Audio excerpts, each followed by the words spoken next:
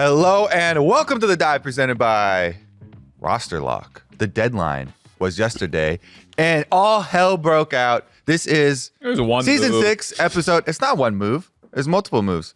They picked up Perry in addition to trading River.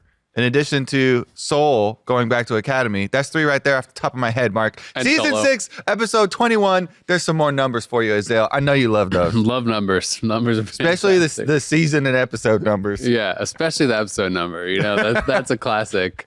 We need to figure out how many episodes of the dive we've done. That's total episodes. That's something I have no idea. Winner will get a prize of some kind. We're not going to do this math, but whatever intrepid fan this counting calculates it would be really easy. At some point last year, I counted and I was like, wow, we've done a lot of episodes, but I forget how many we did. You brought this up the last 2 weeks, and this is why I know that we're never going to figure this out between the 3 of us because we haven't done it yet. So. Maybe I'm going to do it right after this. Maybe. Or a fan will tweet at us after hearing this intro. I'm going to give that maybe 1% chance. Another number. Great. Love it. I'm going the rest of this episode without talking numbers. Okay. There's no number coming out of my mouth. That's going to be fun because we have a patch discussion. It's going to be hard. Here's a number for you, Mark. 4. For the 4th seed that LEC gets for Holy Worlds. Shit, that was clean. Oh my God, dude. How'd you do that? Lots of practice. Okay, so yeah, LEC is getting an extra 4th seed this time around. It is judged off of the last 2 years of international performance. And even though just this last year at Worlds, North America actually won more games than EU. And that's right. And NA greater than EU. And both got one team out of groups. The previous years, EU did better, so they get the 4th spot. Congratulations. Although, remember last time EU got a 4th spot, the team did not make it out of play-ins. True, yeah. And now, play-ins is very crowded, so I'm pretty sure we're guaranteed to have at least one major region team not make it out. Yeah. Because both the 3rd seed and the 4th seed of EU have to actually play in play-ins this time. Oh. It's not just the 4th seed. Oh, the 3rd and the 4th seed. So that's I'm like 90% sure on that. Well, wouldn't there have to be the same amount of slots in groups, though? So it would just mean more teams would get out of play-ins? I think... unless they're changing it completely. Well, because the LCL seed would have been in play-ins. You assume the new team would take their spot in play-ins. Yeah. That would actually make sense. Yeah, because so Vietnam is in and everything. Yeah. So I'm pretty sure they both have to play in play-ins. So as of right now, LEC is the only region that has had teams fail in play-ins. They could have 2 more teams fail in play-ins. LMS as well. LMS did, but I guess maybe we don't count them as a major region anymore. But in the past, they had their 2nd seed fall out. But yeah, I mean, it'll be interesting, right? And I do think it is a big test. It's easier to like kind of just write it off. Oh, well, like one time our 4th seed did bad, whatever. It's not indicative of a region strength. It's indicative of like one team had a bad performance. If it happens again, people will start to kind of, I think, take it more seriously. Especially because it was Mad, right? It was Mad that did it. Yeah. They were really close to actually getting dead last in their group. They were 1 game away. I think they had a tiebreaker for last. Otherwise, they wouldn't have even made it to the knockout stage of play-in.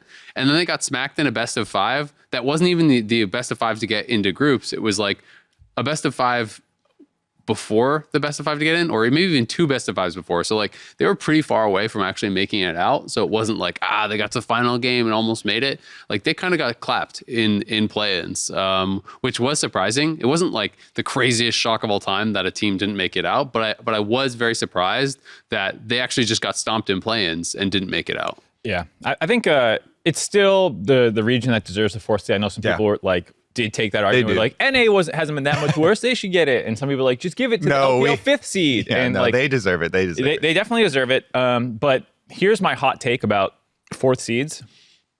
They don't really matter. They're not doing anything ever at Worlds anyways. There's 2 conflicting ideas going on at Worlds. One is to be like the premier tournament where the best teams in the world compete, but also regional representation. And those are not always the same thing, because sometimes it's true the 4th seed from a region could be better than the 1st or 2nd from another one. And so no matter what, you're kind of balancing these 2 things out. And so you do need some regional representation, that even if they're not going to be the best teams. But the problem for me, fourth seeds have never gotten out of groups except last year with Hanwha Life. Didn't LPL 4 seed? Nope. No? Nope. LNG and LGD both times didn't get out of groups. LGD had a horrible play-ins in 2020. They were like 1-5 or something, but got through. And then they beat TSM, who was the 0-6 team that year. But the Hanwha Life esports team that got out of groups last year, that was with Fnatic's implosion, where, you know, they were missing Upset had to leave, and obviously the team internally was just in complete turmoil. And then you can question, like, do they get out of that group if Fnatic's actually like a functioning team? Probably not in my mind. But, you know, that's debatable. But I just don't think that the 4 seeds are ever going to make significant noise at Worlds, even if they do get out of a group.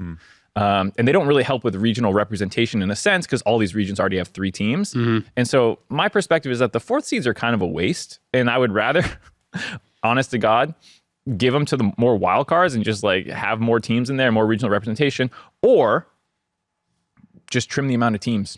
See, and just have more, makes more space for double elimination, which is not happening this year. I actually am kind of hyped because, like, we started out talking about, last time when Mad Lions didn't get out, but now we actually have like a good chance with 2 LEC teams in there for there to be real conflict and real drama and real trash talk with like the NA 3rd seed trying to get out and one of either the 3rd or 4th of the LEC seed trying to get out. And so simply by doing this, we are increasing our chances of NA versus EU best of series. Yeah. So I actually think it is more hype. Like, people are always trying to find ways to get more of those types of, like you're saying, cross region battles. And while, it sucks that we don't have more minor region representation, at least we get the trade-off of there's a bigger chance of like NA versus EU. I wonder if they'll make it so, like, obviously in the main stage you can't seed into the same group, right? Yeah. If they do that for play-in, that's very beneficial for them. But because they're taking the LCL spot, LCL would have been able to seed in the same group as like the 3rd EU seed. So I wonder if it'll actually maintain that, and they could potentially play against their own. In the past, 4th seeds couldn't do that. Like if the Chinese 4th seed was moving up, they could not get put in a group with the Chinese 3rd, 2nd, or 1st seed, for example, the LPL. I assume that will stay true. The weirder part play-ins? The weirder part is for play-ins. That's because what I'm talking about. What happens is the groups are pollinated, by these 2 teams, and then whoever gets out of the groups play cross-group. Yeah. And so there's no way to make it so, unless you just straight up say we're going to forbid them from playing against each other in these scenarios, because otherwise, like, okay, you're not going to put them in the same group, but then you also can't allow them to play in case one of them gets first and one gets second. Yeah, I think they... Well, I'm just speaking just from my perspective, but I would think that they would just have them completely emulate what the LCL seed was, and those rules that they were going to have to play by, and they were going to have to organize by. So by that logic, they would be able to play, and they would be able to be in the other same group. Team, and would be able to be in the That'd same be so group. hype. Yeah, the 3rd seed playing the 4th seed. Yeah, it would be kind of interesting. And so I went back to double check. So it was Mad went 1-3 in the group stage. Then had a tiebreaker with IMTZ, got out of that. Then actually had a close best of 5 against Supermassive. They lost 2-3, but then Supermassive was the one that got clapped in the next best of 5. They lost 3-0 to UOL. Yeah. So yeah, it'll be interesting to see if like they are just really dominant, both the EU teams crush through, or if this kind of like repeats itself a bit, or if like, I mean, if they both end up in the same group, it would be interesting if the 4th seed, does better than the 3rd seed and things like this. So I think it's going to be exciting to watch. Like I'm all for having the extra team there. And I was never one of the people that was like, they don't deserve it. Like I don't actually care. It seemed pretty obvious. It should just be by the calculations of like who has the best international success. They're next on the list, so they get it. Yeah. And I'd also rather they do that than just give a 5th seed to the LPL, because I do think like it is interesting to have regional representation at these events. Yeah, nobody wants it to be super lopsided and just turn into a whole bunch of LPL teams. I think what's most funny to me is that EU fans always claim the LCL team anyway when they do well, and they're like, that's our 4th seed, the Russian team or whatever, and now they actually have taken that seed, and that is actually going to be their 4th seed, which is pretty funny to me. But yeah, I'm just excited to see more clashes. Yeah, I did like Parth's tweet about like the LCS. Play us for it. Yeah, play us for it. Like, that would be such a hype show match of just Battle of the Atlantic. Yeah, they fly over, you meet them at customs, Yeah. And if they lose, they play a best of 5. They play on a ship in international waters between.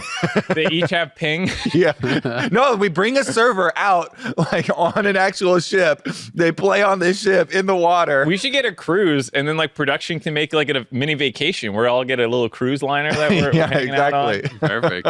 I'm down. It sounds great. Yeah. Can't wait. We can get this sponsored by some cruise line. Cruise line has to sponsor Yeah. this. Then the cruise line goes from there to wherever Worlds is that year. Perfect. Going down to Mexico City for the play-ins. Content will be Drop insane. 'em off. Yeah. All right. We're going to do that for sure. We're gonna do that for sure. For sure. It's guaranteed. Buy your tickets. River also got traded to Golden Guardians right at the deadline there. Yeah. That is a big move for Golden Guardians. The positive side of this is definitely the Golden Guardian side. The negative side is definitely the Dignitas side. So I actually think it is positive for Dig too. Yeah. So here's my. let me finish my take on it then first, because to me this feels like Dignitas' franchise player, and if you are selling this guy, that's wraps on the season, right? Like, and they were already doing very poorly. They are obviously going to try to look towards the future. So that's kind of the glass half full take. But I think a lot of people that are Dig fans are going to be disappointed because like River was the guy to cheer for, and River was the guy that most people were looking at, that it was like, well, maybe he can carry us, like when people talk about Dignitas, really the only positive thing that people consistently talked about on Dignitas this year was River, and mostly, to be honest, River J4 back in spring. So like, and when I've talked to players and when I've talked to coaches, people still think River is really, really good. He just hadn't been working on Dignitas. So I am excited to see him joining Golden Guardians, who I believe to be a better team. I think their laners are better as well. So he doesn't necessarily have to be in that position where like he has to dominate early or they lose. So I'm really interested to see like what it can do for that team. And if he's like a better attitude fit and stuff, like, maybe like the players are going to be kind of having that honeymoon phase for him coming in. So I'm excited to see how he does with Golden Guardians, but definitely like my view of on the Dignitas side is yes, they can look towards the future and try to bring up some rookies, but I feel like that's wraps on the season. Like I don't see them winning any games. Yeah, it is. And you know what? I actually applaud it. It is a realistic view.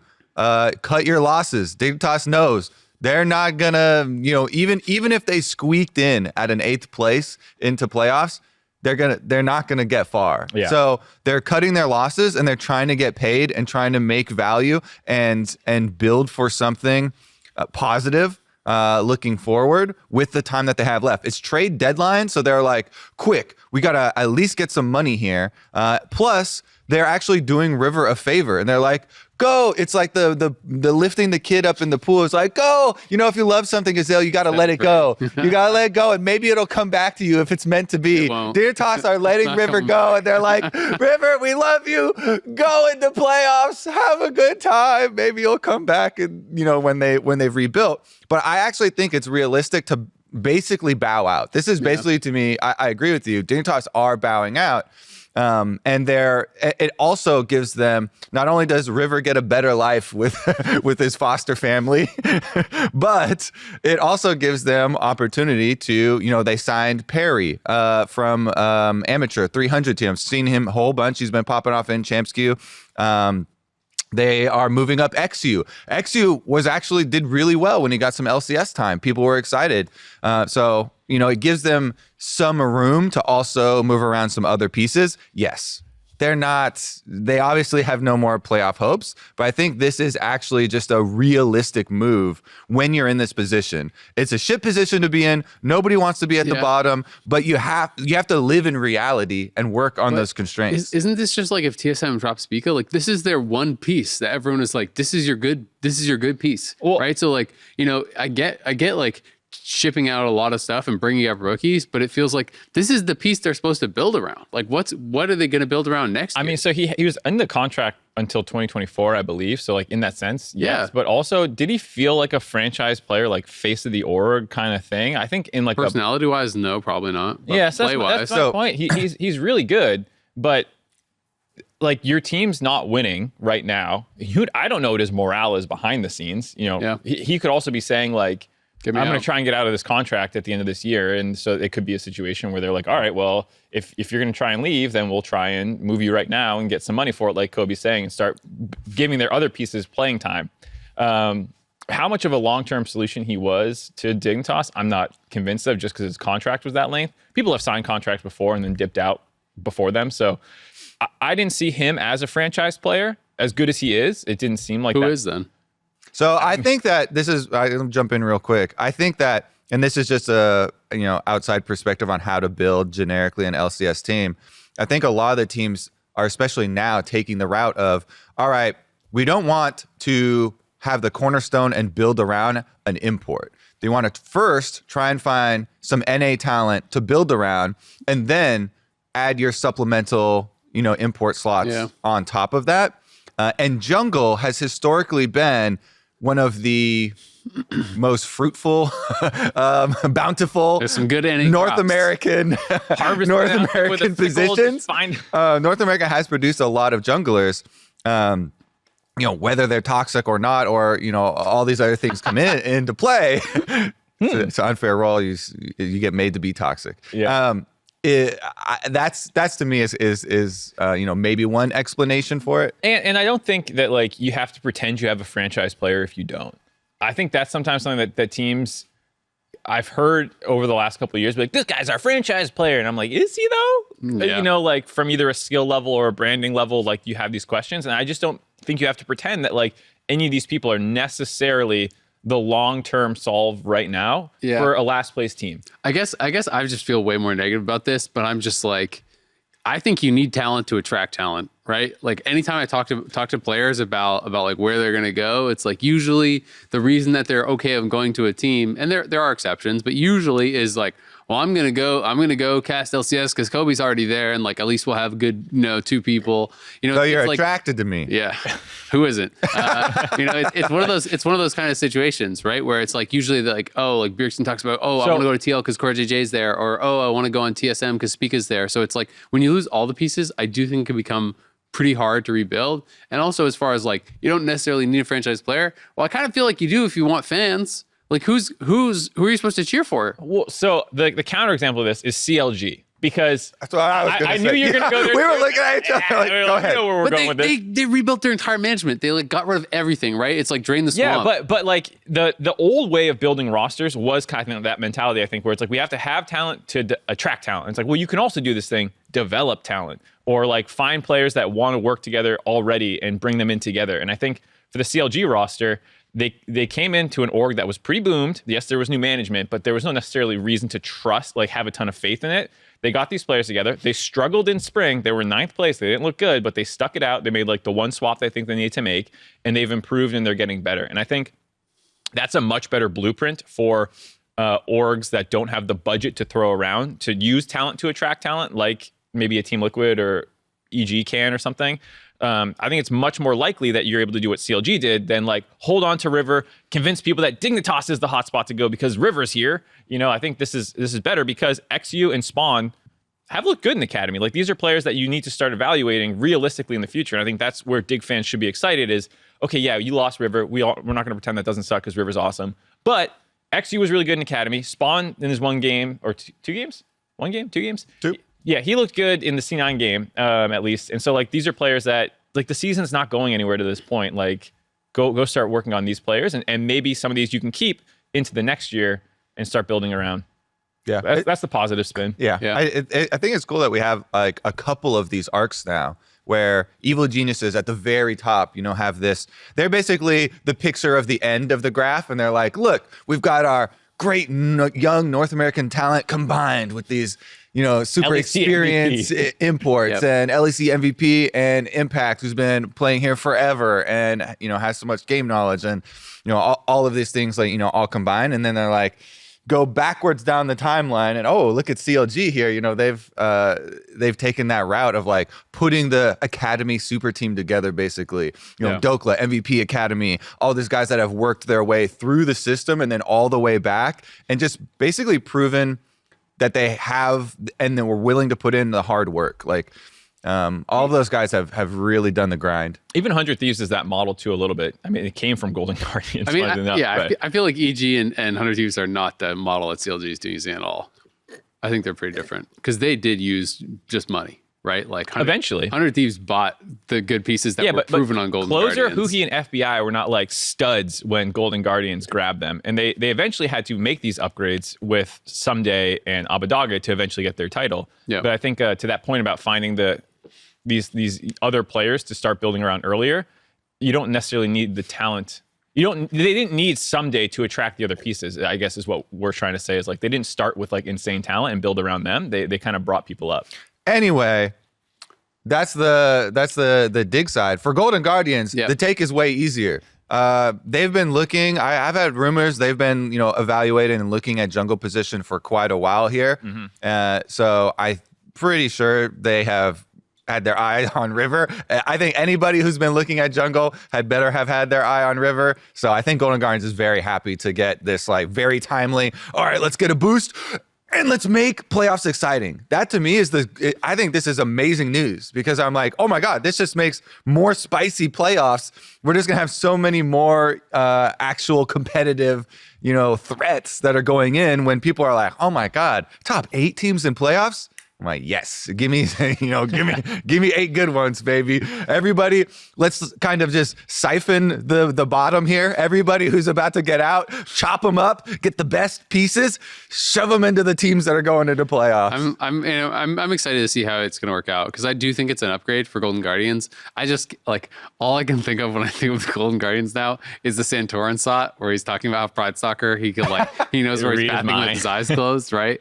And that was like kind of BM, but then there was also, he basically showed it right in the game after. So I was like, oh shit. But like River, I do think is kind of the opposite of Pride Stalker. Pride Stalker is like really farm heavy. He's more herbivore jungler. He's more about like optimizing pathing and getting really strong himself and then using that to kind of carry the game is how I see him. And River is much more a jungler that plays for his lanes and tries to like enable his lanes and get them ahead. Sometimes that like to his own detriment. So it's going to be a big change for Golden Guardians. And I'm excited to see, if that can help to boost guys like Licorice and Blaze Olive, who are like already solid in lane, and if that can kind of like take them to that next level. I think it should be a good fit playstyle wise as well. Golden Guardians are a pretty aggressive team in the early game. They get out to big leads, and River should slot into that game plan well. And then like where they fall apart is like just late game decision making. And River's been really good on Dignitas about being like, I'm going in, everyone, please follow me now. And so hopefully he should just shore up the jungle pool, help their early game, and ideally help their late game. NJ4 just got buffed. Pogs. Hell yeah. And they were already close to striking distance of top half of the league anyways. They were 4-6 at the end of this weekend. We'll pull it up. 4-7. 4-7. Golden Guardians, yeah. They were 2, that's right. Yeah, they're dangling down there. They're in. Wait, does that make sense? That's an uneven. Yeah, because the first week. Yeah, 4-7. TSM, who are one game behind them, also made a change. And with some of the information that has gone out on Reddit and on the Discord, it does look like Soul actually made the choice. Hey, not really, fully ready right now to go back and train in academy. And so they are bringing up Solo. This is not something that's unexpected. If we could actually check the tapes for once on our dive when this was announced, I was like, so how long do you guys give it until Solo gets in? And I forget who it was. Somebody said 2 weeks. But Solo coming in is going to be beneficial. Like Solo is an LCS ready top laner. Solo is, to me, like the perennial, always LCS ready top laner that teams call up when they're having top lane issues. I really like Soul, especially as a huge personality. So I still think he has a bright future. I don't think actually people are going to be too heavy and critical on him. I know people are always worried, like, oh my God, if a player moves up too early, then they're going to get criticized, especially if it's on a bad team. To me, he does seem like he'll recover.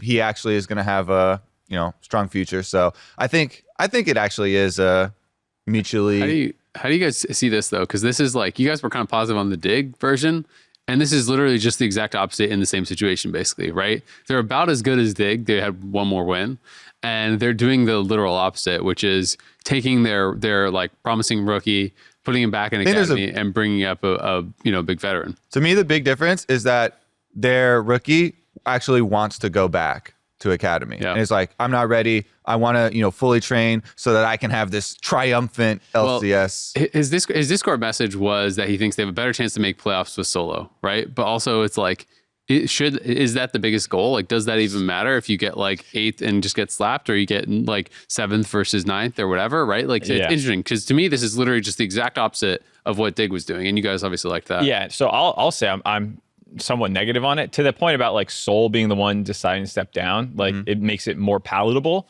But I think there's still a question about like, that to me is everything. Like, if I have a player that comes to me, and go ahead, sorry. My basketball coach did this exact same thing. Like, we had a player that was too nervous, and he was only going in to shoot the free throws, and when someone got fouled, and he was like, "Oh my God, I don't know. Do you really want to put me in? I'm so nervous." And he was like, "Fine. If you don't want the ball right now, you don't get the ball. You don't get the ball. Don't put him in."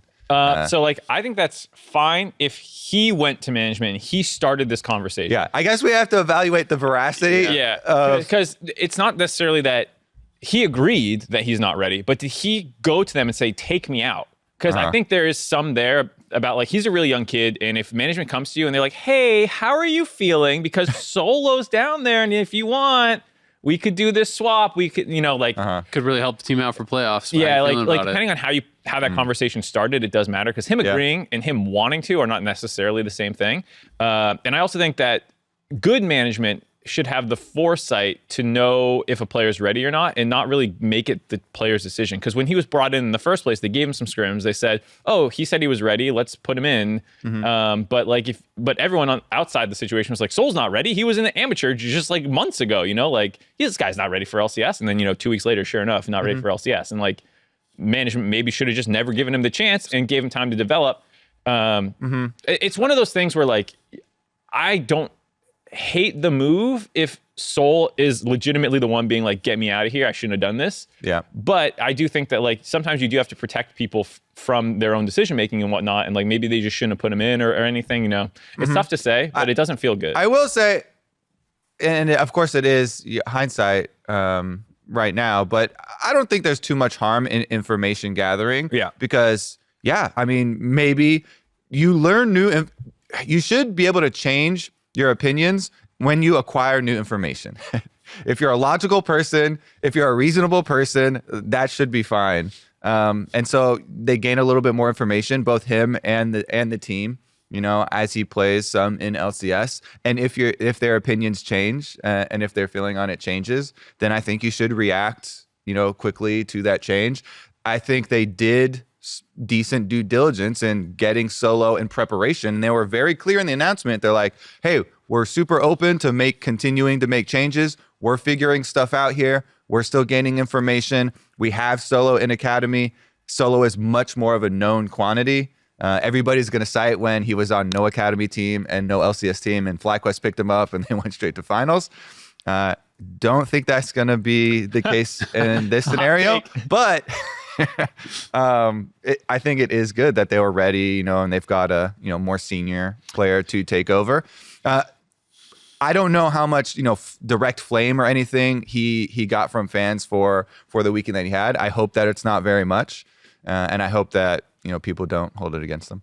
Yeah, the final thing is just the goal being playoffs. I think was the final piece for me, where I was like, because that was one of the things that I had said I wanted out of them, was like internal goals, metrics for growing and whatnot, and not external goals like playoffs and whatnot. And to the point about Dignitas going and saying like, well, playoffs isn't really going to change anything for our like franchise. It's the same thing here, where I'm not sure what limping into playoffs will do. So that's the final thing for me. Is it's just like, I don't think there's necessarily a ton that you were playing for anyways. So everyone should go watch Academy and see how Soul does down there too. Absolutely. You do give yourself the chance at the solo lottery, though. I have to say, I kind of mentioned it as a meme, but who knows? Exactly. All right, we're going to step away for a sec, and then we will be back with Invert to talk about the patch. Welcome back. I've magically teleported. I felt really far from Azael. Yeah. This is the first time we've been this close. After asking if I was attracted to him, he moved closer. Exactly. I was like, I like the way this is going. I'm glad I could help facilitate this, guys. We are obviously joined by Invert for the Patch Talk. Please introduce yourself for the fans. Hi, everyone. My name is Gabriel Zoltan Johan, Very also cool known name. as Invert. Yeah, a little rhyme at the end there. I am a coach for Immortals in the LCS. All right. Now, patch 12.14. This is the biggest patch we have had in a very long time. A lot of systems changes, direct changes to a lot of the super high priority pro champions as well. So I'm super excited to dive into this one.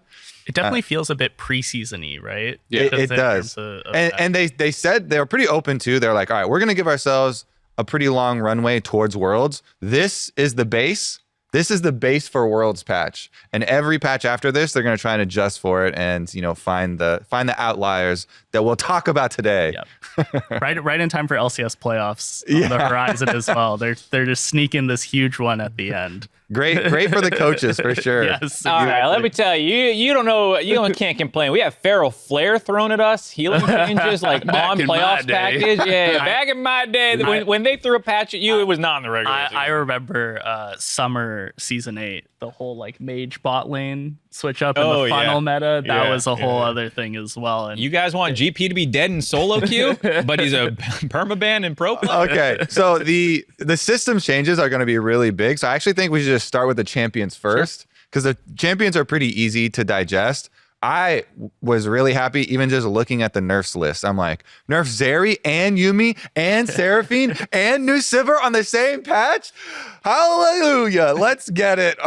Renata as well has just been the best support because she's so tanky as an enchanter, can engage, can disengage, and can be abused by Azael as well.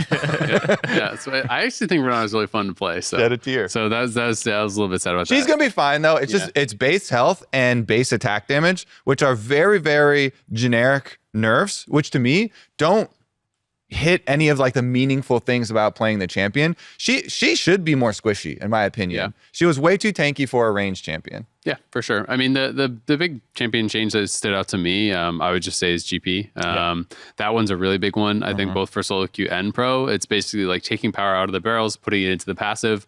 The passive is obviously way harder to use in team fights. Like when I think about how people actually play GP, generally the only time you're actually like getting passive autos off is if you like hit a barrel on someone and you flash on them and try to like kill them with your auto and stuff, right? Like it's like the end of a team fight or chasing someone down or something. Exactly. Yeah. Late game, it's really hard to use. It's a great buff for his tower taking though. I think that's something to note as well, is if you're able to get crit early. That you're just going to shred through towers if you're left alone in the side lane for a little bit. That extra 20 damage off the crit chance. It does scale because he'll hit the tower with the passive, hit the barrel, hit the tower with the passive again, over and over again. So I was on your camp saying, like, I wonder how much of like a substantial nerf this is, because it wasn't just the barrel changes. There was also Q damage nerfs, but that evens out by level 5, and then it's a buff in late game.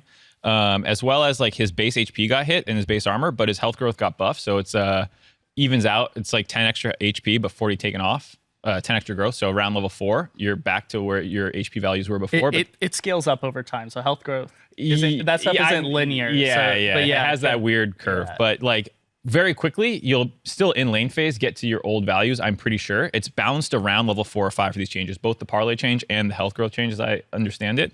And his then first couple levels are going to be butt, though. His first levels are butt, but he also won most matchups level 1 anyway. I was going to say the base armor, I think, is the most important thing for like the lane phase itself, where oftentimes in pro play, people are pretty hesitant to play AD champs into Gangplank. Like you'd have the Gnar maybe, but people are playing like Shyvana, for example, right? Where you're not really building AD, you're building to like break the barrels and be super tanky so they can't one-shot you.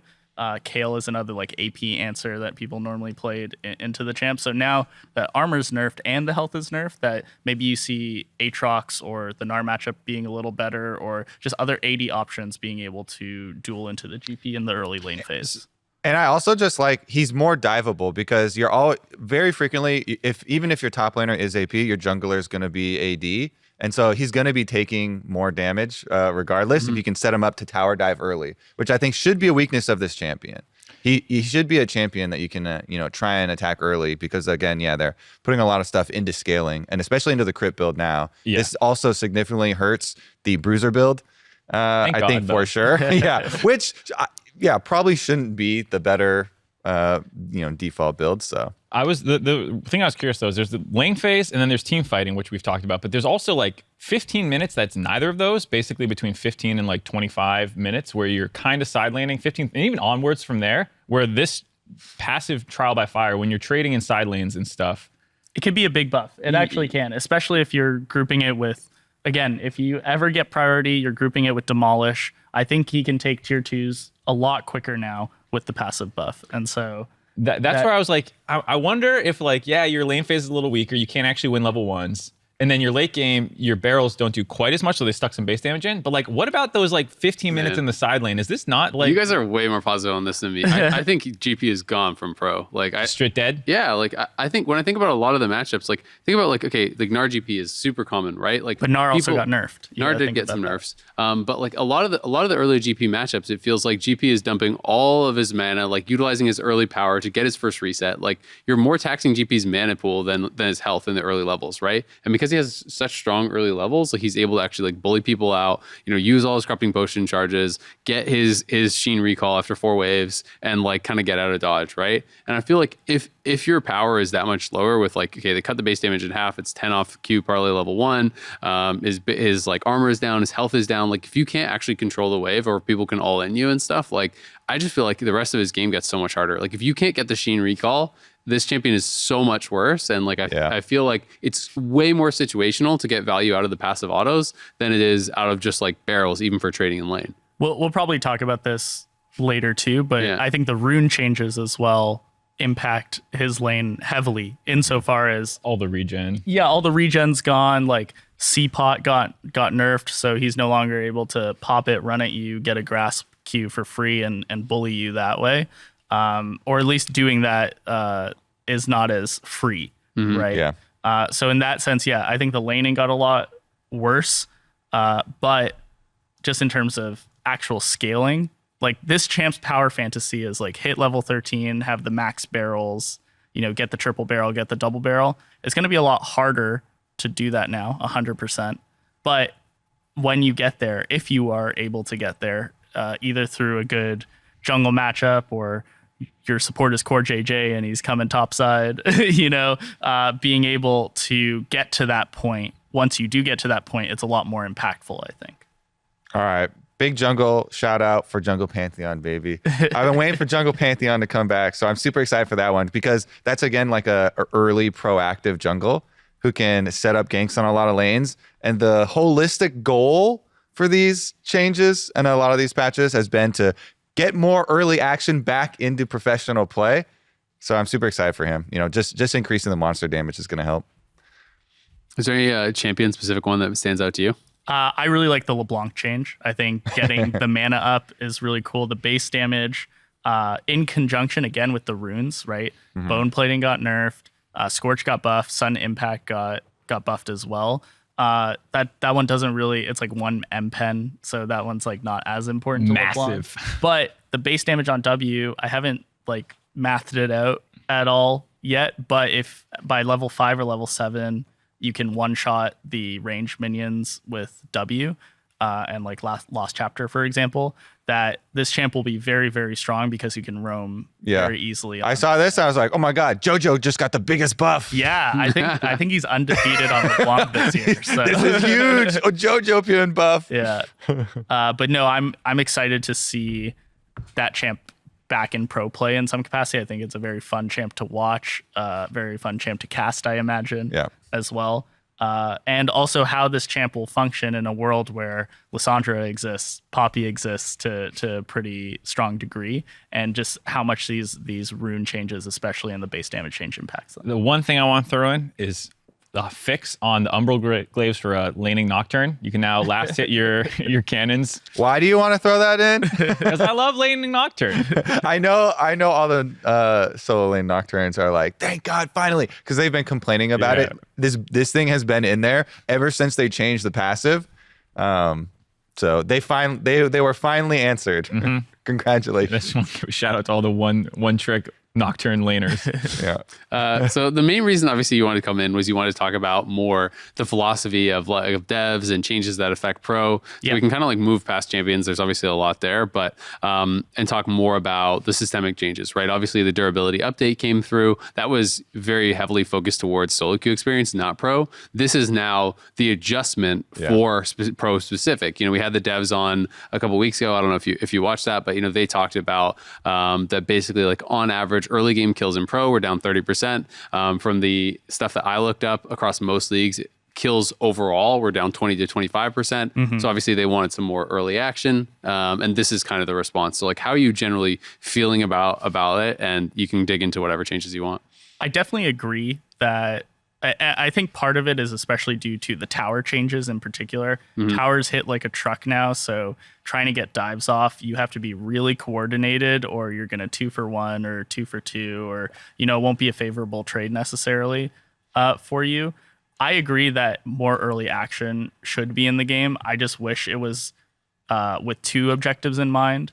First is I think top lane should be involved in early action in a way that's pretty important to the game, because I think the game is super focused on bot lane right now. The dragon spawns at 5 minutes. Normally teams are pathing to bot very regularly, because getting your bot lane involved in the first 8 minutes of the game basically opens the map up for you, right? You get first dragon.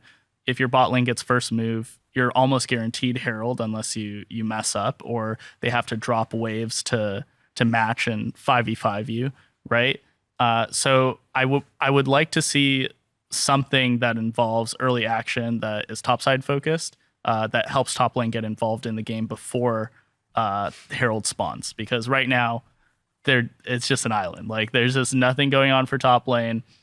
Everyone wants to get bot involved in the entire game, and at the very least, I think these changes are helpful for top lane to be like fight island now. Like, now there's early game runes. Now people are squishier. They're able to actually like Fight Island. That sounds sick. Let's get it. I will watch that movie. Series. Yeah. Did you see Licorice's tweet? Last weekend, by the way? That's how it popped into my head. It's so good. After for people that didn't see it, you can check out his social media. But he was basically like, people always ask me why I say GG to the enemy top laner and not the whole enemy team. He's like, you will understand. It's a top laner thing. It's not an island. It's an us land. Exactly. Fight us land. Let's go. Yeah, but I think early action for the game as like a viewer experience, a spectator experience, is really important, right? Like, people want to be engaged in the game from minute 1, minute 0 even, and just being able to do that through like making lane phase a little more important, even if tower dives are not going to be a thing, like make sure that we can actually punish bad laners properly, I think is good for the game. And then getting those skirmishes a little earlier. Again, I wish they were topside more often, but absolutely. Yeah. I mean, the reduced sustain, I mean, we talked about this like a second ago, and I was talking about this last week on the dive. The nerf to health potions just feels like one of the biggest changes to the game in a while, because this affects every champion, and especially affects bot lane a lot, because longsword 3-pot is so popular for a lot of these lanes that are very heavily scrapping. And it means that like if you take a bad trade, like, or if you mess up and you're getting punished, like, it is going to be way more punishing, right? You can't just pot through this. And there's so many times where we see in pro, like level 1, level 2, people will go for a scrap. If someone like is trying to fight for level 2, the other team gets it a little bit faster. Sometimes people lose, like 300 health, like right at level 1, because the other team hit 2 first, and then they just pop all their pots. They play lane a little bit slowly, but they're back to full health and they can't actually be all in. Yeah, play off the waves. Exactly. And so it's like this is theoretically going to change that a lot. Time Warp Tonic, Corrupting Potion also nerfed, Second Wind nerfed, Bone Plating nerfed, Guardian nerfed, like Challenging Smite nerfed, Exhaust nerfed. Like, all of these things are pushing towards theoretically more long-lasting consequences to the trades, which I like that idea. Of course, in theory, it sounds really good. Some lane matchups may just become miserable where it's like you didn't miss execute, it's just the matchup, you just get pounded. And that's a concern. But the hope is definitely that like good trades are rewarded and bad moves are punished. Yeah, I actually want to praise Riot for the direction. It's exactly as you said, where good trades are now punishable, but that doesn't mean the impact of the durability patch is necessarily lessened, right? You'll still be tankier at the later stages of the game, so that if you were to survive an initial engage through like the extra HP armor MR, that there's comeback potential in a 5v5 based on, okay, you made a small mistake, now you can kind of outplay it because you didn't get one shot, right? You can heal back up, fruits, smite, whatever, right? But in early game, you were not getting punished for those mistakes due to the durability patch. Now you are able to, right? And now teams can actually build relevant leads in the lane phase that get you to those 5v5s to be in a favorable position, which I think is really important. Like, we should have people not be one shot by Gore Drinker Kiana or whatever, right? Why not? But we It's an should abomination. but we should also have people actually be punished for, eating the Lux E level 1, right? And eating the Caitlyn Q level 1 or what have you, right? Yeah. It just makes so much more sense to have higher max health and durability and just less sustain, because if you're getting one shot from, oh my God, I'm at 100 HP, I just got one shot, you have less durability, then that does feel bad. But if there's less sustain and, I'm starting this fight at 80% and I got one shot, okay, fine. That's more acceptable to me. 100%. So it does put more power in the player's hands as far as preparation for some of them too. I think universally, and I think a lot of the community is aligned around the reducing of sustain throughout the game. There's also a lot of changes at itemization with shielding and healing power. Some champions in-game sustain also got hit, like Wukong and Aatrox and stuff. So obviously, it's not just these early game things, but some of the champions that were benefiting from,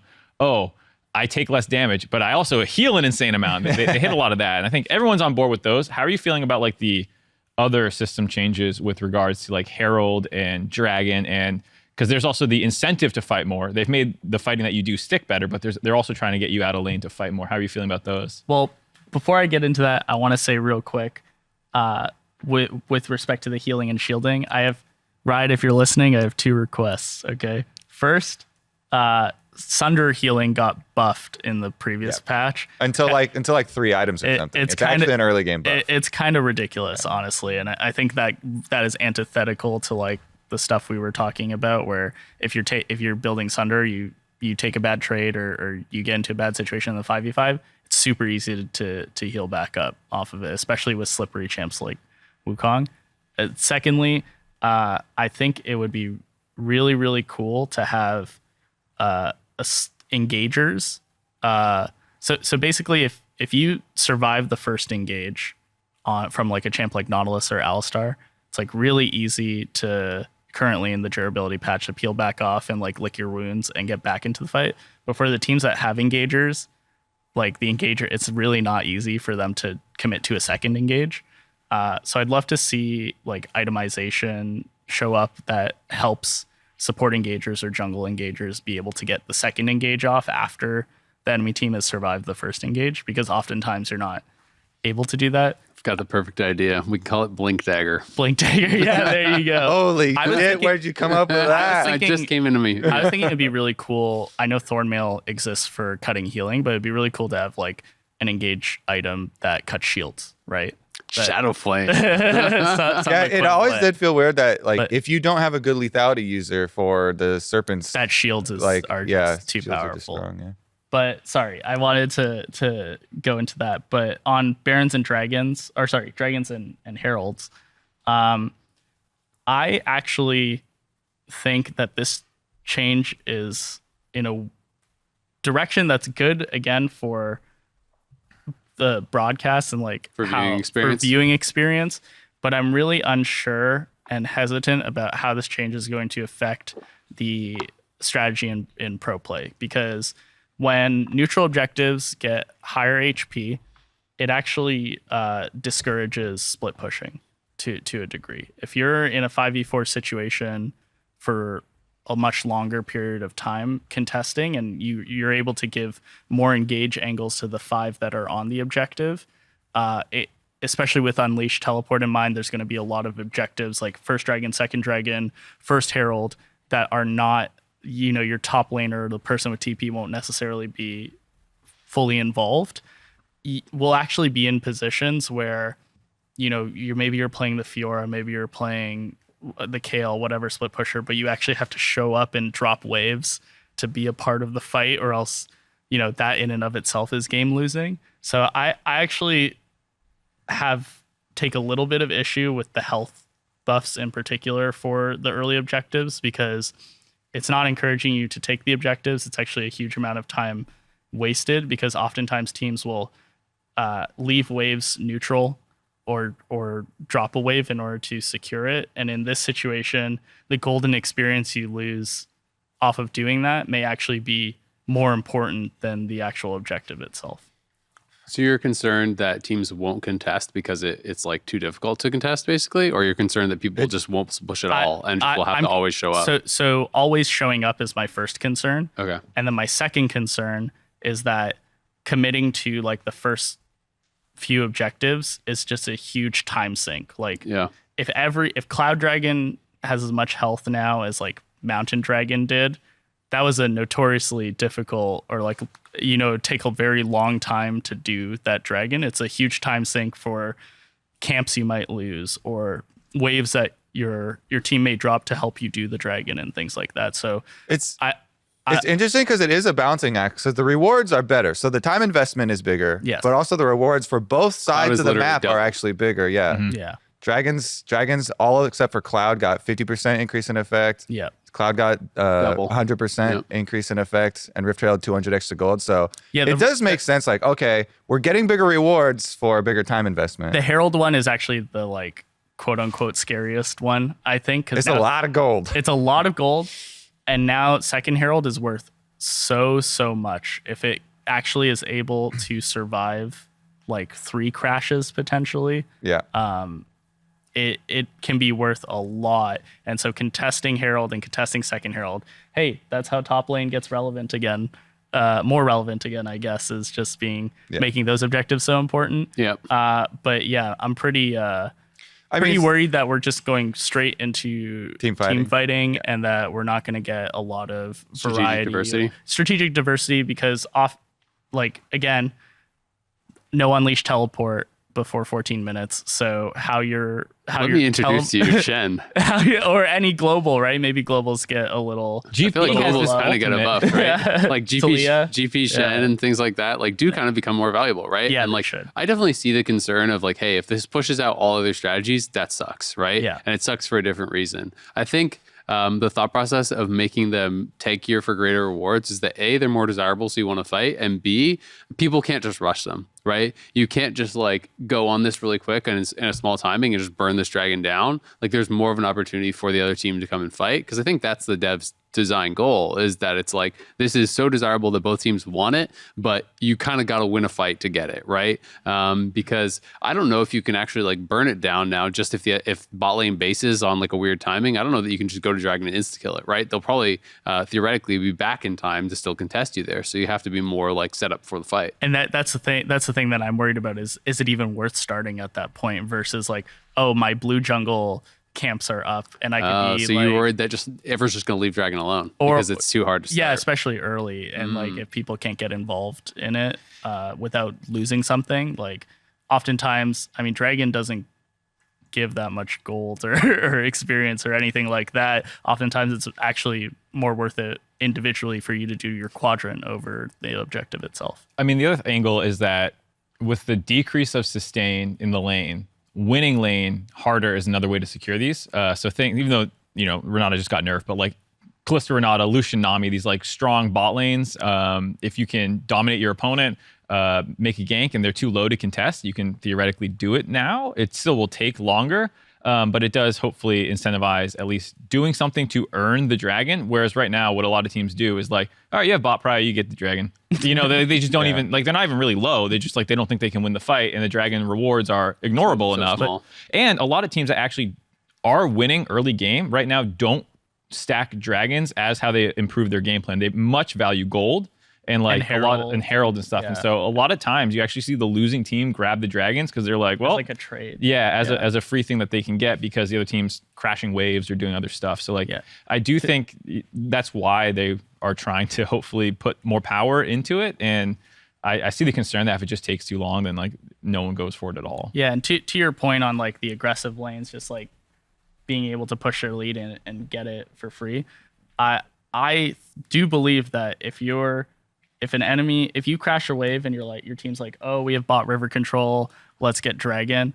Oftentimes, if they're really that low that it's doomed for the enemy laner, that you more often than not want to just deny them the farm that's crashing under tower, get the plates, zone them off experience so that then you get the herald, and then maybe there's a lane swap situation where your bot lane swaps up and they get all 5 plates top, and then suddenly they have a mythic at 9 minutes or whatever, right? Like that to me, if the dragon takes like 10 seconds longer, and again, I haven't like mathed it out or by any means to see how much the bonus health is equivalent well, let's to see. time It on says, I was dragon. just looking, so it's going from base health 2,050 up to 3,400. 2,650. Yeah. Is that it's always difficult to tell what the line always goes through the strike middle. through. It's 800 Right? bonus health. Yeah, Yeah. if it's It's about it's 33%. It's 33%. Yeah. yeah. So if it's 33% more time invested, Yeah. I was wondering where you're picking up your laptop. because the strike Go through over line. here on the side of the screen. I'm like, Where are my glasses? Oh, I have them on. Is it not always frustrating the strike through of Yeah, patch actually, notes? I was reading. I always am like, I was is it reading- a 6, 8, or 0? I was reading the Sivir change, the ricochet one. Yeah. It's 80 to 65, but I swear for a good 5 minutes I thought it was 60 to 65. Yeah. They were buffing it. Why don't you and I guys was just like, stop why are getting they doing glasses? this? I don't have a problem. I don't see what's going on here with you three.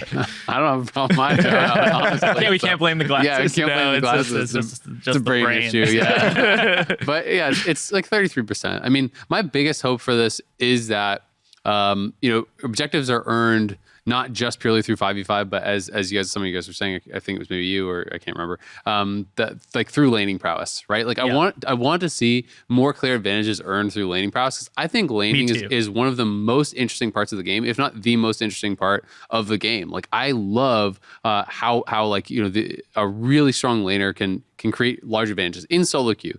In pro play, people are so good at loss mitigation in laning that like often, even if you're a superior laner, it doesn't result in a big thing because teams are so good at actually coming and bailing you out of bad lane states, and like the support will just roam and come and help you push it out with the jungler and things like this. Like I want people to get punished more when they mess up in lane. I don't want it to just be, oh, well, I went corrupting of biscuits and I just chugged all my potions, like shoved it out and then reset and just keep doing this because you're able to kind of sustain through some of these bad trades. So like that is my biggest hope for this, is that laning like prowess is rewarded more heavily. That incentivizes like more objective takes because you've created these lane advantages. That creates more conflict. Like I want more deaths early because truthfully, like it is so important that fans enjoy the viewing experience, right? Like Exactly. that is, if people don't That's like why to we watch level it, 2 ganked on Sunday. there you go. Thank you for the fans. What's a game for the fans? It's one of those things where it's like if people don't like to watch the game, there is no esports scene, right? At the end of the day. Exactly. And I have heard so many fans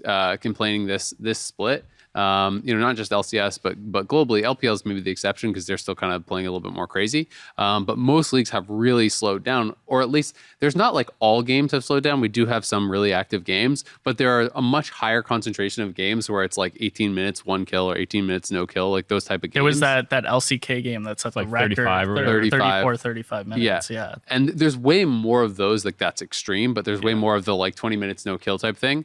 And I do think that like, it's important for there to be action to really like not just for fans' enjoyment, but for pros to be able to like showcase their skills, right? Like, and I think it's much easier to understand like laning prowess and team fight prowess and these types of things than it is for some of the map movements and the ways that you're setting up waves. Like that's just not really digestible and understandable for fans at home. So I do think like in that way, it's definitely frustrating from the pro perspective, I'm sure, to like have a big bunch of changes dumped on you. But I also think it is a cool opportunity for pros to kind of like build fandom through theoretically like showcasing lane dominance and showcasing some of these more obvious skill sets.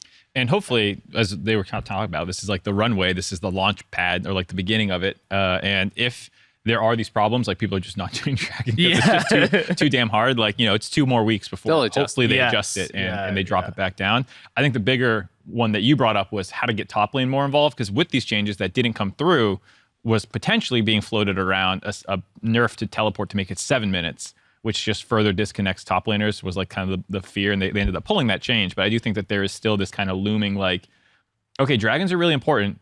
Obviously, people are going to be fighting over them. What is top lane doing during this? Are they roaming down? Like, how do you get top lane involved in all this? And even Rift Herald, like you're saying, what often wins it is not top lane laning, but it's actually bot lane first move that gets you it. So I think that's something that they still need to figure out. I mean, I think it's pretty straightforward reactions to they're increasing the value of these team fighting objectives in the middle of the map. The way that if you're concerned about split pushing, then you have to increase the value of split pushing and the rewards that you get from split pushing. There's just, with these changes, they're only putting power into team fighting, neutral objectives, or trading the two because they're buffing both sides of the map.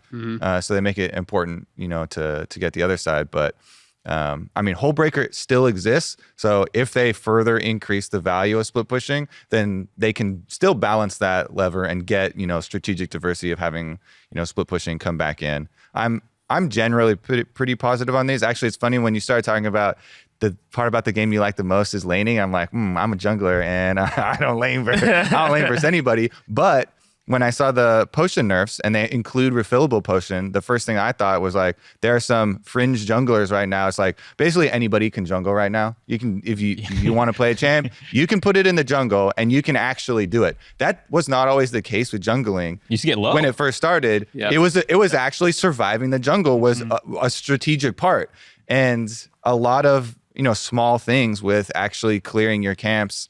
And min-maxing, like kiting backwards, and 1 or 2 extra autos from a red buff or blue buff could actually mean something now to some of the champions that actually rely on refillable. I mean, there's a lot that don't, like Udyr or Fiddlesticks and stuff like that. They actually don't care about sustaining in the jungle at all. Exactly. Now you look back at some of these buffs and you're like, okay, so yeah, some champions can literally ignore all jungle damage, and so some of them from this, are going to get hurt significantly more. Because especially like, if the laners are lower health, you want your jungler to be ready to gank those laners, and some of them are going to get culled. Yep. Well, it'll be very interesting. Thank you so much for coming on and chatting with us. Really appreciate it.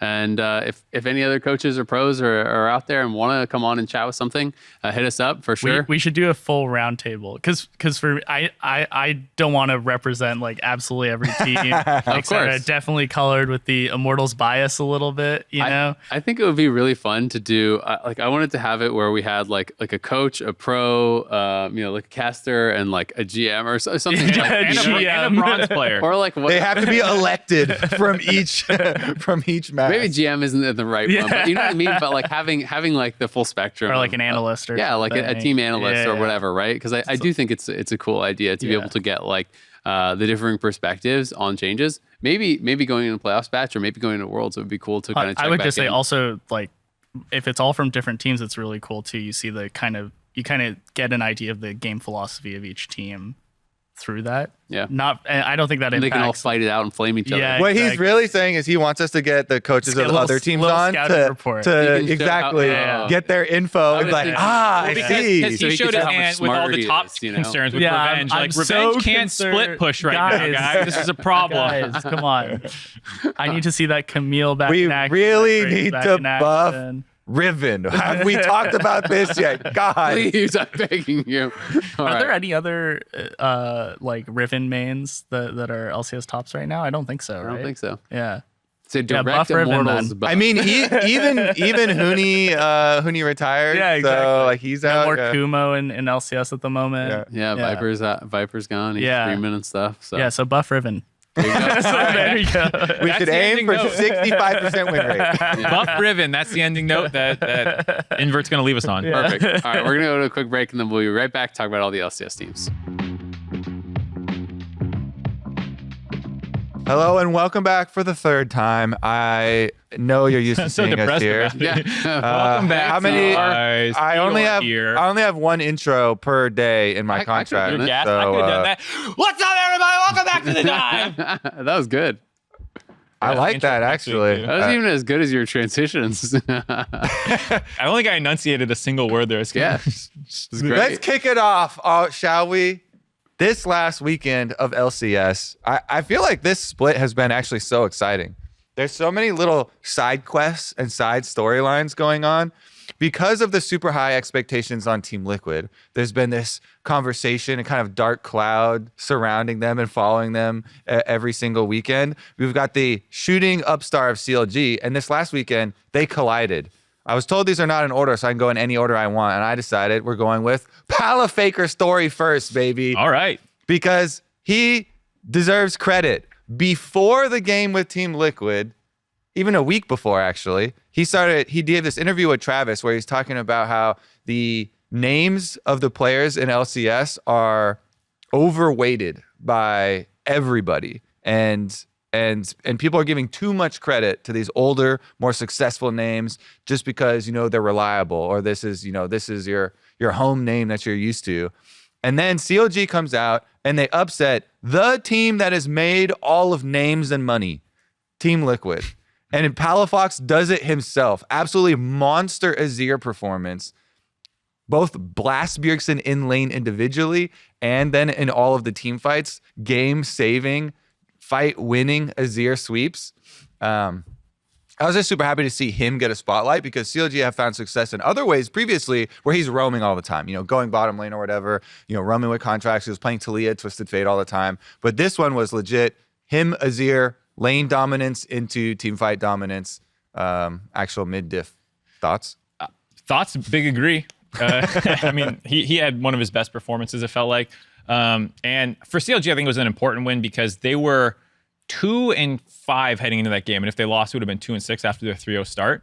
I was about to say, if you you're like, if I take out 3 of the wins, they were 2-5. So I took away week 1 for something I was talking about with like Team Liquid, where they had a 3-0 start as well, and they're actually 4-4 over these last. They've gone 1-1 every single week. So like I think there's a couple of teams like C9 as well who went 0-3 because it wasn't their starters, and they're 6-2 over that record. Well, it's funny because you also have to separate the strength of schedule. For the Cloud9 one, it wasn't their starters. They also played EG and Team Liquid in the first 2 games and stuff like that. So like it's more about streakiness than it is like overall record. Because for Team Liquid, well, I don't want to. Recent form. We'll get to them in a second, but like recency does matter. And for CLG, they have been slipping a little bit. And this was a really good win, convincing pretty much the whole way through. They were losing early game a little bit, but the other team picked a lot stronger lanes and stuff, so it's not super surprising. Yeah, Team Liquid have actually had a couple ones where their drafts were very early game. They've made a switch. Yeah, definitely. And so for CLG, I just thought this was a really important win, and more or less everyone looked good in it. Like their draft was really smart. Everyone contributed. I know Palafox was like the star, but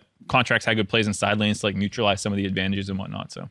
Yeah, I don't know if I agree with the whole so to a point I agree with names being overrated, right? But I don't fully agree with it. I feel like a lot of times people say that it just like kind of translates to like I'm not getting enough credit, right? I mean, let's be honest, right? And I do think that like he had an amazing Azir game. Like he was great in lane, great out of lane. Like that was actually like a super impressive like 1v9, whatever. He's the man type game. But like most of the time, he's like. Statistically, he's the worst laner in the league, right?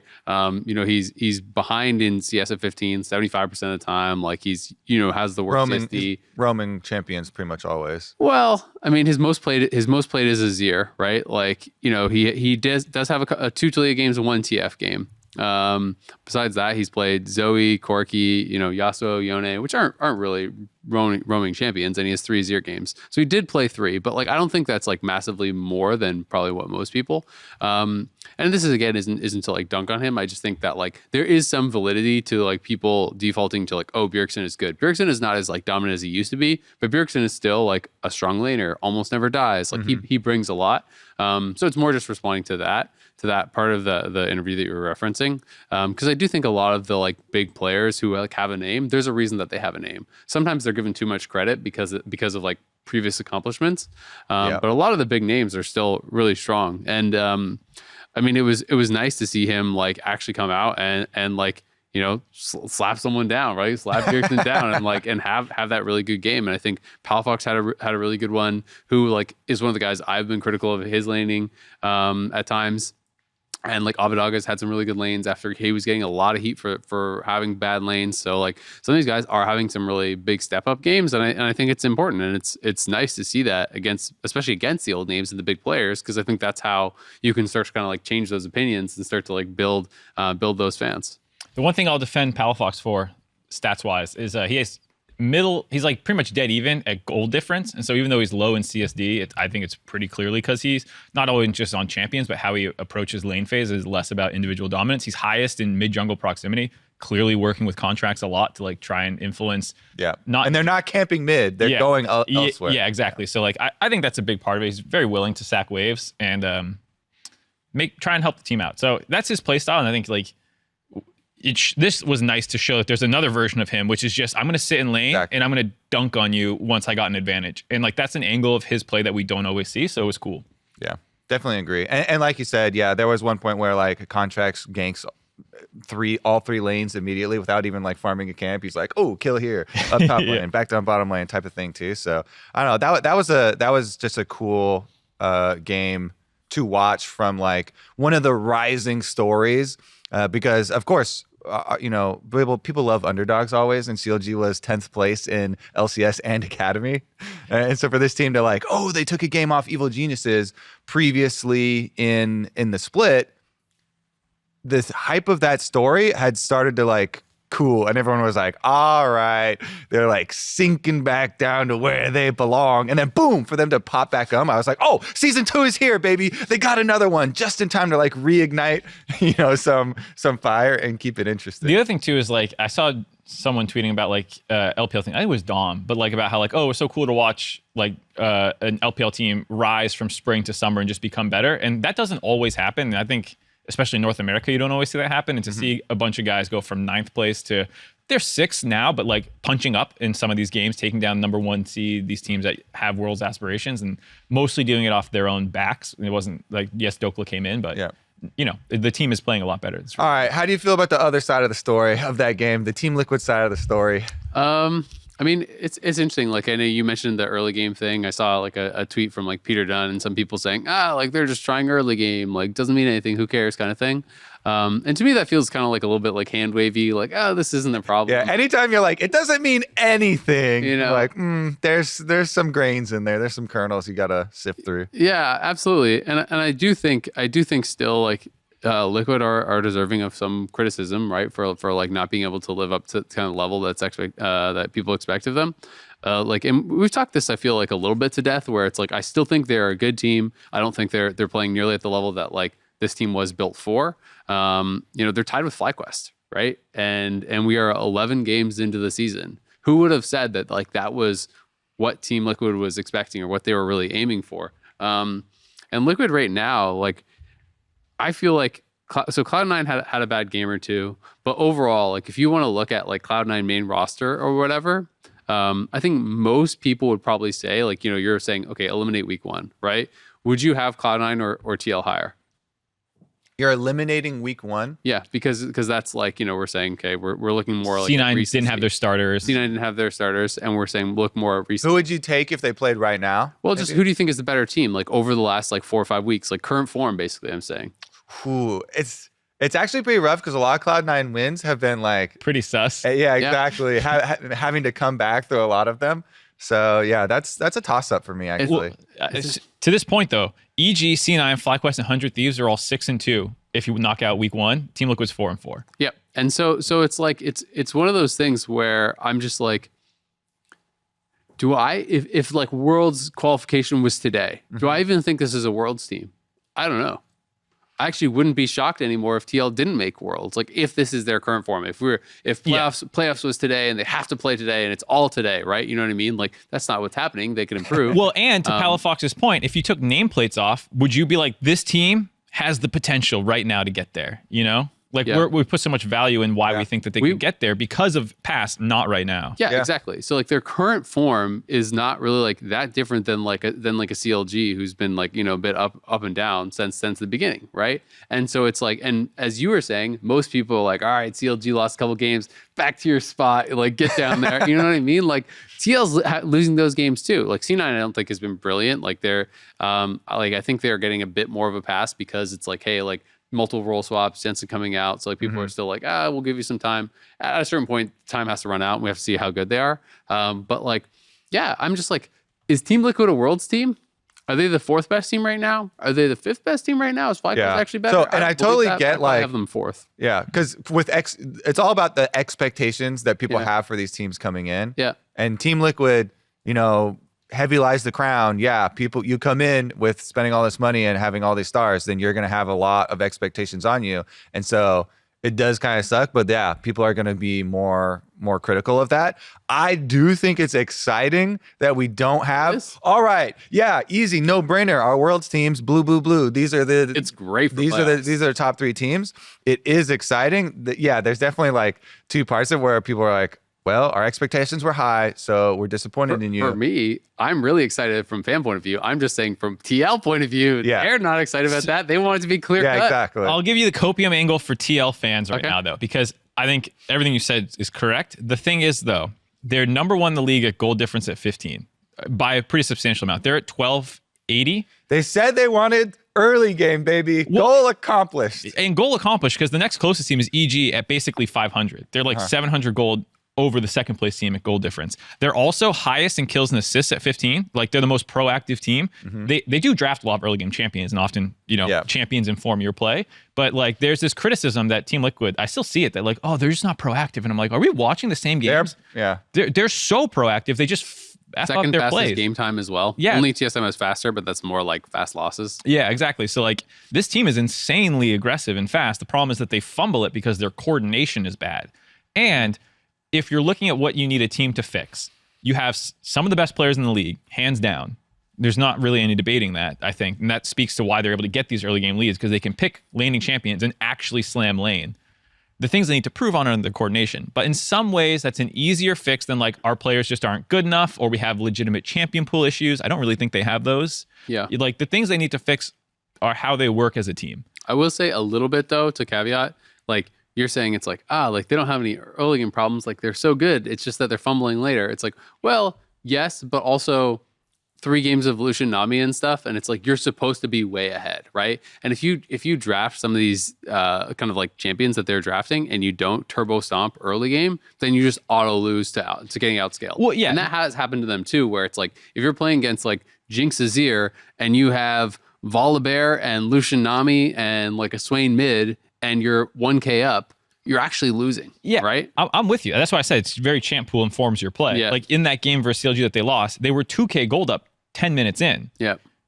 The thing that they did then was they just tried to bail Bjergsen's lane out for the next 5 minutes instead of like continuing to snowball. And so I think there are a lot of problems that they need to fix, but like they can generate leads. And some teams just are not good enough to do that. And so that's what I mean is like if you're the copium angles, I'm not ignoring those problems, but I'm going straight cope, is like if you fix how your team functions as a 5-man unit, you actually have the potential still, because a lot of things are actually still positive. And I was going to go like actually add on to your point, like I don't think it's actually like full copium. I don't think you're being delusional at all with that take, is that it's, if sustain and stuff is nerfed, theoretically, like stronger laning is rewarded more, right? So maybe they can actually punish teams and blow open games through the early game. FlyQuest, baby! Coming in.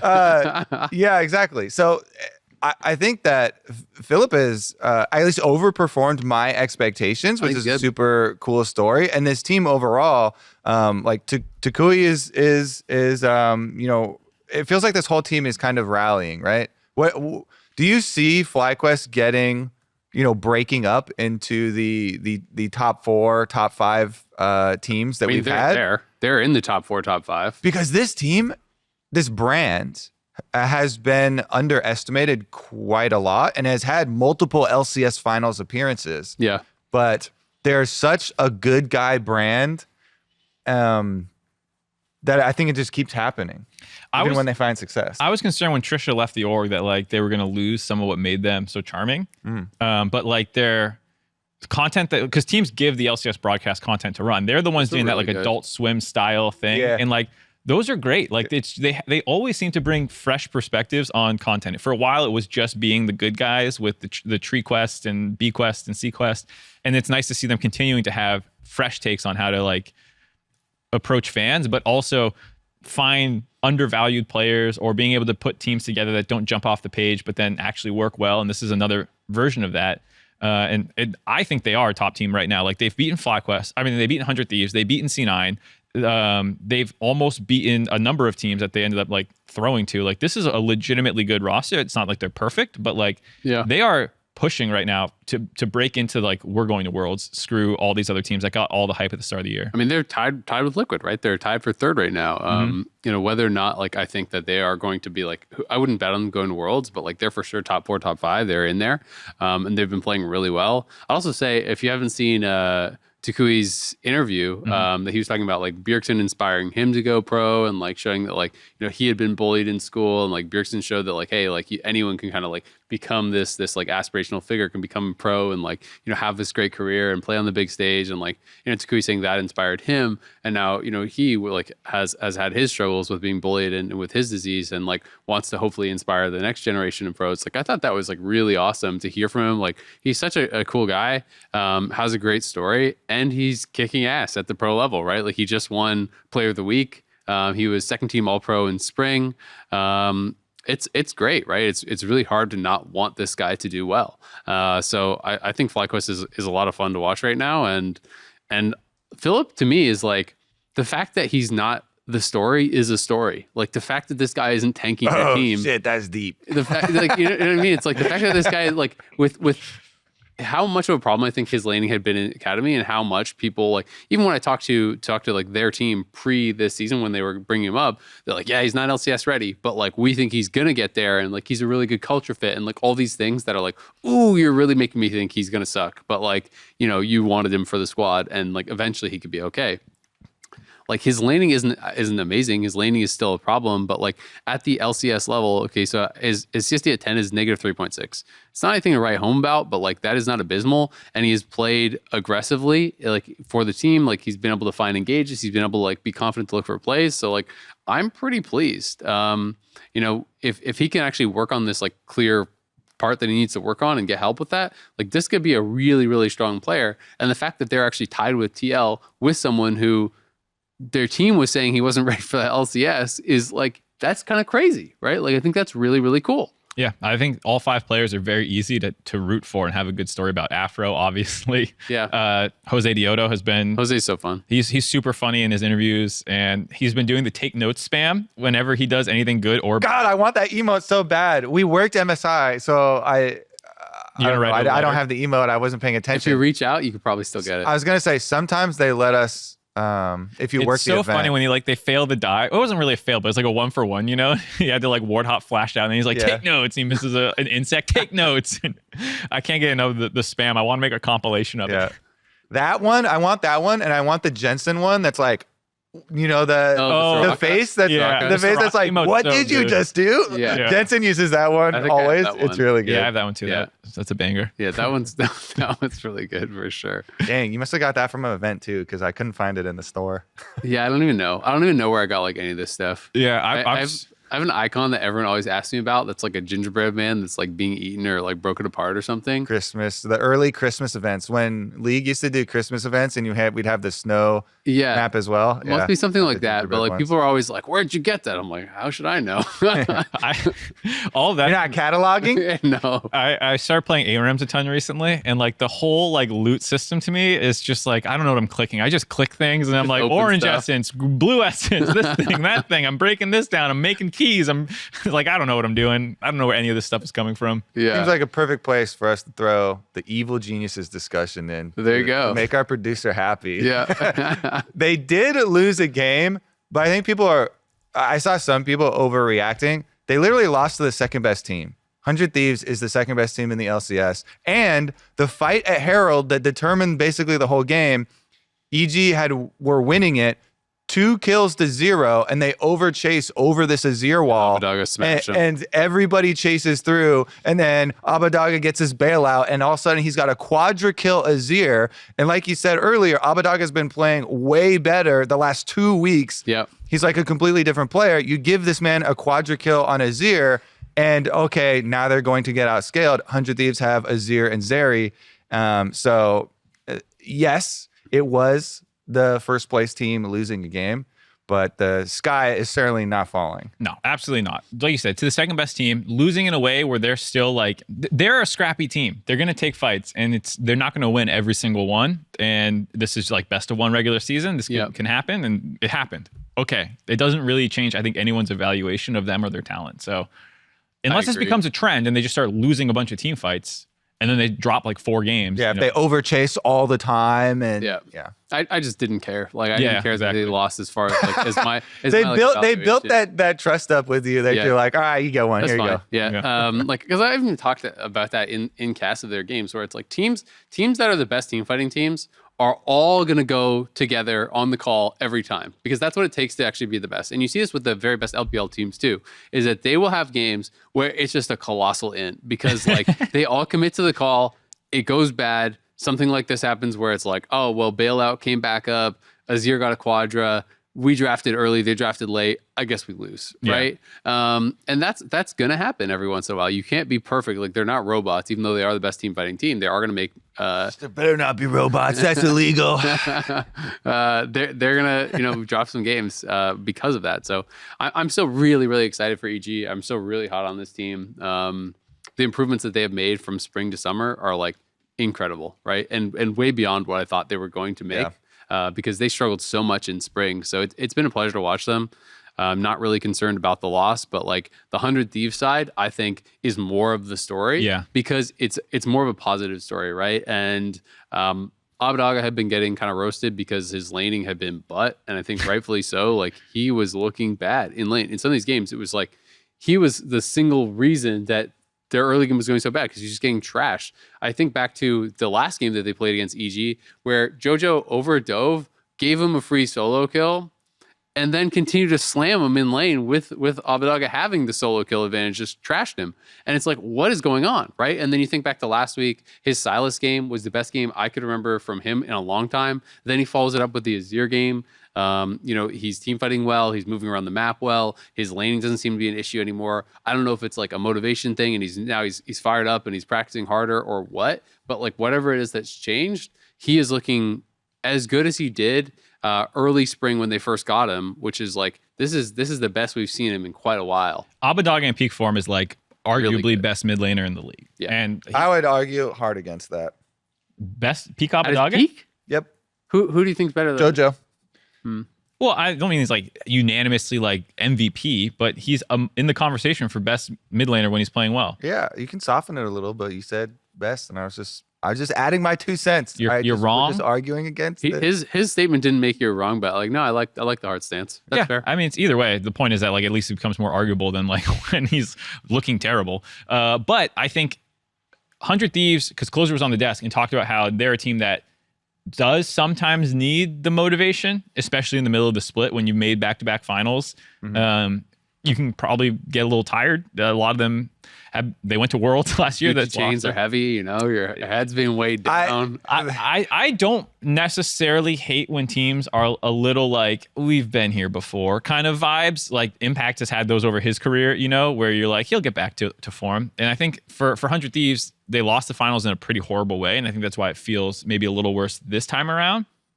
But I think they've shown at least that like they're a team that can be like, we've seen their peak. And it's about if they hit it or not. And like if they're hitting it in week 4 or 5 of a regular season, it's not really when I'm concerned about it. And they're good enough over this stretch where they're struggling that it's not that big of a deal. They haven't gone 0-2 this split. Their worst weeks are 1-1s. They have some 2-0 weeks. So like even this struggling form that they had a couple weeks ago was, it was okay. It was definitely okay. I think it's, again, more about like where they were versus where they are, right? Yeah. Like where they are is still pretty good. And I think actually really good now that Abbedagge is stepping up. Mm-hmm. But like people are comparing it to when they won summer, right?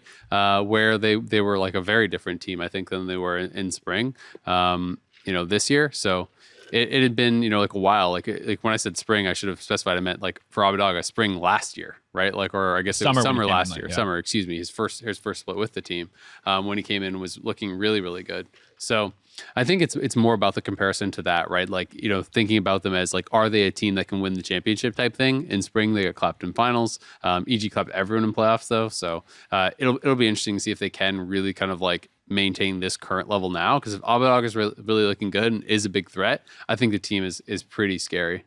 Yeah, it was also more almost even important to me because I kind of adjusted to Abed playing better. That the bottom lane also, I actually it had been a while since the bottom lane of 100 Thieves like really exerted and was like, yeah, this is one of the bottom lanes that we had always talked about in previous years. They were the best bot lane, either the best or very least conversation top 2, stuff like that. So I think that was also really important for them, beefing up for that playoffs. FBI and Huhi have really fallen out of that combo. Like pretty much people only talk about Danny, Vulcan, Core, and Hans, Berserker. Those types. It's like they've quietly fallen out of the conversation, not just for the best, but for like the top 3, which is like is kind of a fall from grace, given that it's not that far removed, right? It's just like summer last year, everyone was talking about it. Even I want to say before they got Abbedagge, people were still talking about their duo bot as potential. Almost even more so because they were like, this is the only way 100 before the convo was like bottom lane is the only way they could win, right? Yeah. Yeah. All the way back to that TSM upset in the Golden Guardian squad. That's when people were like, oh my God, FBI's nuts. And like you said, quietly not quite up there. One of the people who has inserted himself in that conversation is Berserker. So talking about C9 now, clean transition. And what team is he on, Mark? Cloud9. Let's talk about them, Mark. They had an ugly 2-0. They've had a lot of ugly wins, games where like they just scale and like the Kale comes online. They make some mistakes. Fudge all in. Yeah. I actually think it's so funny that the Cloud9 fans are fully embracing it. And every week that it just feels like they're like, count it. We take those. Nailed it again. Boom. 2 more wins. So don't look at the actual. Don't look at how we got Close here. your eyes. Look at the victory screen. It's about the destination, not the journey. It is really funny though, because also the players are such memeable, good-natured players too. So it's fun to watch too. Since we set this was the team at the very beginning. We're like, all right, this team is going to have probably the steepest curve. Yeah. As far as the amount of changes and getting here late and all those things.